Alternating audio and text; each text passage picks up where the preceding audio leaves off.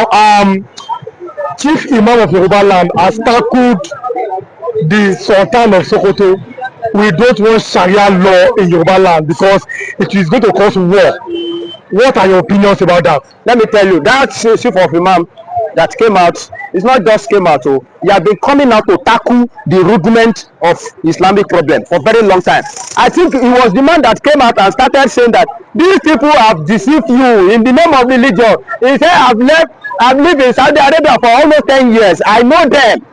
He said, they will remove your good name that your mama gives you and replace it with a useless name. He said, when we give our son name, Adekunle, that means you have crown. But they don't have crown. They will now remove your crown and replace it with name like stone, ladder, sword. He started interpreting the name of all this Islamic name. To tell you that these people have been liberated, they know what is happening, they have sense. This is a Imam that have sense. I listened to that man video, I said I nearly cried because he's a Yoruba man to the core and he understands what is happening. The way he do his analysis, give it to him. So that's why maybe I'm not afraid too much because of the introduction of some people attempt to introduce Sharia, because I know that we have so many liberal Muslim, liberated Muslim in Southwest that they will not let it stand. That discord of confusion, I mean the seed of confusion that we want to plant in our midst here. So you are saying that you are not afraid of the Sharia law, but the chief imam has said that.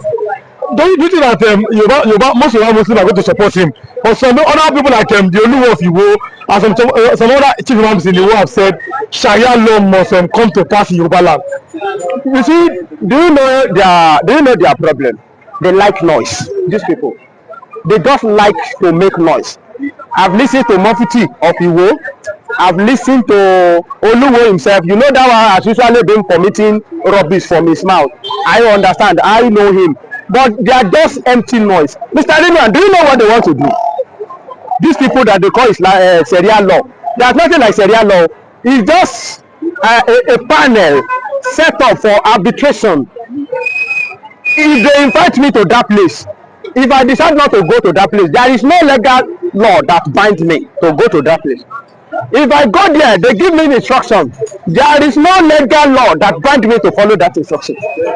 But unfortunately, because we know that they have tendency of violence, they have traces of a dominatory something that they like to impose what they're supposed not to impose on other people that don't believe in their own. That's why people are afraid. What they want to do, if they want to do it genuinely, we should not fear.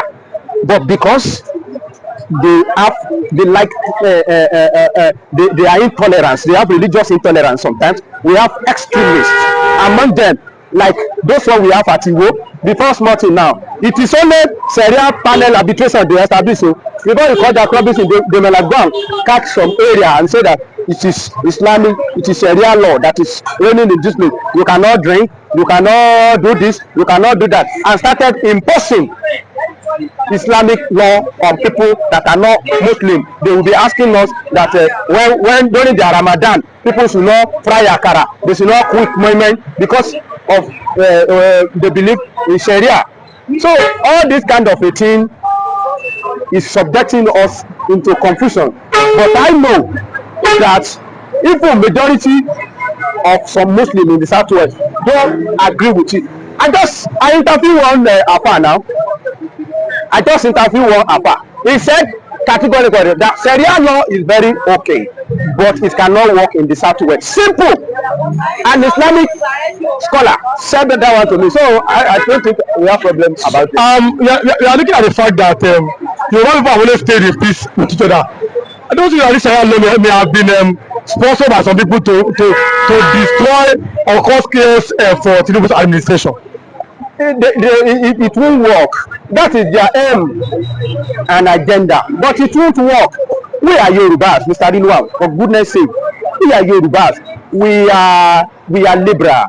We understand that we have been living together for a very long time.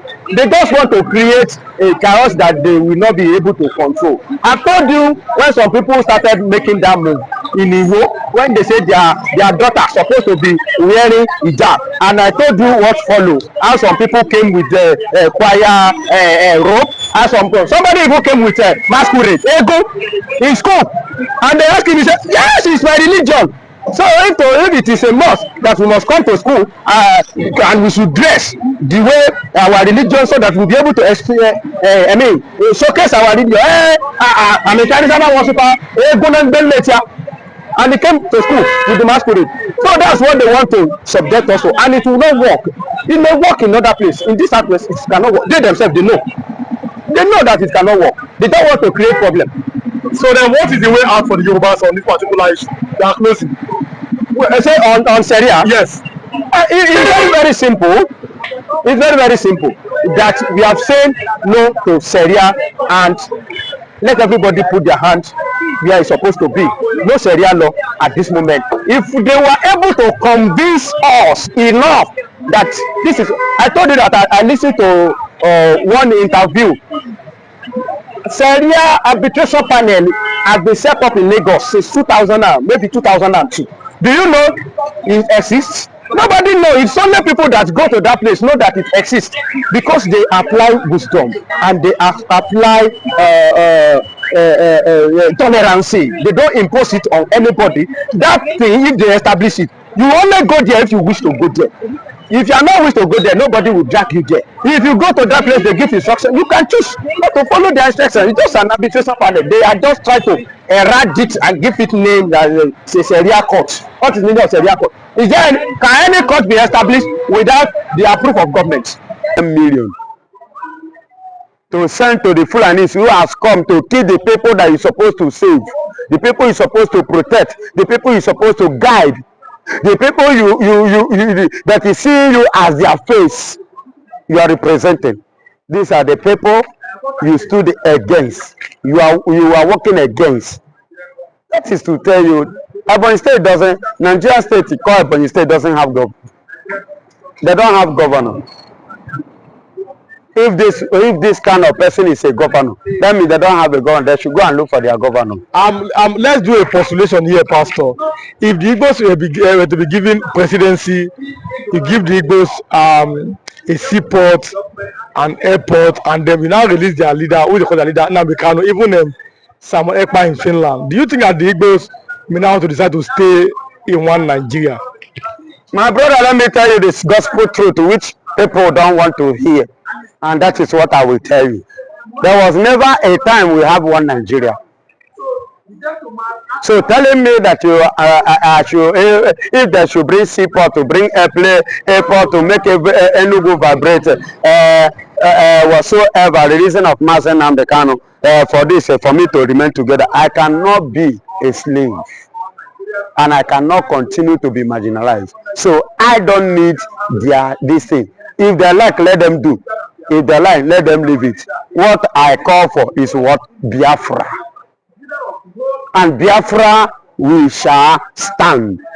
And Biafra we shall be. And the question goes to us, then why are the Igbos so disillusioned with Nigeria? But another thing says that if Nnamdi Kanu is released, that means he has influence because he's in detention. And if he's released, the Igbo youth will no longer follow him because they will no longer be sit at home in the southern part of Nigeria. Do you agree with that? Of course, if you release Mazi Nnamdi Kanu, there will be no sit at home. But somebody said that if he's released, that Nnamdi Kanu will no longer have influence anymore. Says by who? I mean, today you have many opinions from different Igbo youths to this. Listen to me. Those that are saying that, they don't have anything else to say. If you free Mazi Nnamdi Kanu today, Mazi Nnamdi Kanu remains Mazi Nnamdi Kanu. He has never changed, and he never changed. If he cannot change in the cell, in DSS, under torture, is it when he now have his freedom that he will come and change? If Mazi Nnamdi Kanu want to drop the agitation, Nigeria have given him enough, offer that would have warrant him to give up, but he didn't do that. Is it when he now have freedom that he will now come and change again? Those that are saying that they don't know what they are saying. They are lacking something upstairs. When Mazi Nnamdi Kanu, if freedom given to him, that it will make him more. whom he is. Um, And let me tell you, sit at home will automatically stop. See, why? Why did I say this? Sit at home. Was there anything called sit at home before in the East? I am asking you. At least you are no longer a child. Ever since you were born till now, was there anything called sit at home? Have you ever heard about it? You are hearing it now because something prompted it. And what prompted it was Nnamdi Kanu kidnapping and the unlawfully detained. Even when the court has set him free, Nigeria refused to free him. You see why they sit at home prompt up. Free Nnamdi Kanu today, free sit at home. but as a man of God, do you see a future for Nigeria, actually, in regards to the youth who are supposed to be the leaders of tomorrow? My brother, do you see a future for let me the tell you the truth. That Nigerians and people doesn't want to hear, like I always say. There is no future. Nigeria doesn't have a future. People that have a future must respect their youth. People that have a future must regard their youth. People that have a future must, make way, pave way for their youth. People that have a future, their youth must have something doing. There must be job creations. Opportunities will be given to their youth. But look at the case of Nigeria. Tell me the opportunity that have been given to the youth. The only opportunity they give to youth is to bring the youth to join their head together, let them start to kill themselves. That is the only future that Nigerian youth have. Because they have oppressed and suppressed the youth of Nigeria. Make sure that they are in the stage of poverty and lack and hunger. So that them that are the old ones will be giving them a tip. During the election 2023, you saw what happened. One Coke and 1,000. They break bottles and bring out Koboko and Cutlass. That you must by fire by force go and vote for APC even when you don't want.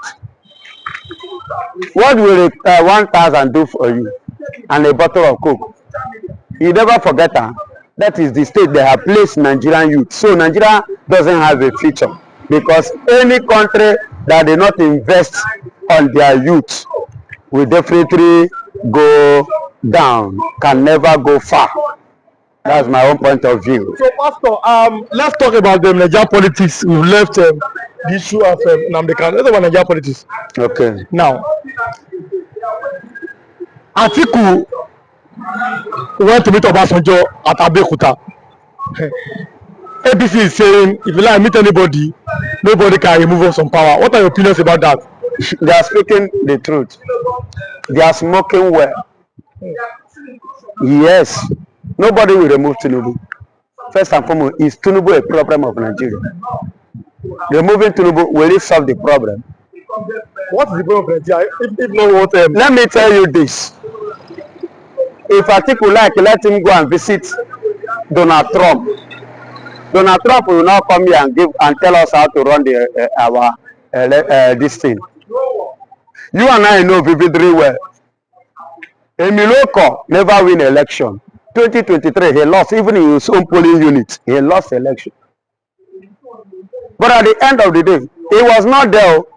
They are minority. Then why are they so powerful in the nation? Thank you. They occupy the whole office position, highly exalted office position in Nigeria, and they are the one that are employing themselves. They started this campaign in the early 80s, and today they have grabbed power in Nigeria. They are almost everywhere in Nigeria. Go to the Nigerian National Petroleum Products Office. They are there. Yet, the oil is not coming from their region. The Fulani, they started this as their own method of incursion as earlier as 1990s, 1960s, 1980s, and 70s. This is the formula they use as an incursion. And Nigerian tribes, other ethnicities in Nigeria, didn't know this until it began to unfold. That was from 2015 till date. From the dictation of Muhammad Buhari throughout straight 8 years, Fulanis, they were in control. I don't know what to understand where I'm going. Today now, a Sultana is Nigerian president, the head of government, Bola Ahmed Tinubu. The Fulanis, they could not allow him to sleep. because all the legacies, I mean the benefits they were getting before from the previous administration, ranging from Buhari to Obasanjo to Abdul Salam to Abacha to Babangida, they are not seeing those legacies, they are not seeing those profits anymore. That's why they are trying to buy, they are trying to at least cause depression to President Bola Ahmed Tinubu. They have no reason to stay like that without benefiting from what they were receiving before from the federal. That's why the Fulani oligarchs, hegemony, they are very, very aggrieved. They are very, very furious and annoyed this time around. See, let me tell you, Fulani, they're everywhere. Though they are not up to 10 million in Nigeria, but they have occupied most exalted position in this present administration and the previous one. Okay, look at what happened in Central African Republic in 2013 when it was virtually everywhere in that country, the whole government positions in that country occupied by the Fulanis. What happened was that the rest of the tribe ethnicities in Central African Republic, they became apprehensive. They gang up and do what? And they ousted the Fulanis from all the federal public positions in Central African Republic. From Mr. President himself, he absconded because he was a Fulani man. He absconded into Canada. The IG, the Chief of Army Staff, they all ran away into the Middle East, Europe. That is Arab world. They absconded, leaving Central African Republic alone. That was the first time this kind of thing happened on the soil of African continent. And today, Central Africa, they are getting it right. Because Fulanis, they are the destroyers, they are the invaders, they are the vandals, and they have left that country for good. So, if you are talking about repentant Boko Haram or repentant bandits, how about repentant IPOB or repentant Odua Republic Agitator? Have you heard about that before? They will not do it because Fulani doesn't want it. Fulani doesn't want repentant Odua because they don't want Odua to go. They don't want Yoruba to separate. Fulanis, they don't want IPOB. They don't want repentant IPOB because why? They don't want Biafra to see the way because Biafra is where the oil is coming from. Fulani themselves, they are from the dry land of Sahel countries, of Niger, Mali, Burkina Faso, Senegal, and so on and so forth. They have nothing, and they came as visitors and settled with the Hausa's host, their Hausa host, for 200 years now. And in the Hausa land, what we have there is just arable land, a land that is meant for cultivation of lettuce, carrots, onions, and so on and so forth. But we have the rich land of southern Nigeria, where you have everything, bountifully everything. But Fulani said that they are the ones that are feeding Nigeria, the north. God has seen it by himself, and humans have seen it. Nigerians, we have seen it that in the southwestern Nigeria, the Yoruba man cultivated cocoa in quantum during regionalism, era of regional, government. Then we've seen actually in the southeastern Nigeria, we cultivate palm produce in quantum, and we were the greatest palm produce or producer in the world. But let's talk about 1990s down to 1970. Fulanis are not feeding Nigeria. Fulanis, they are into animal keeping, animal keepers. They are into animal husbandry. They rear cattle from place to place.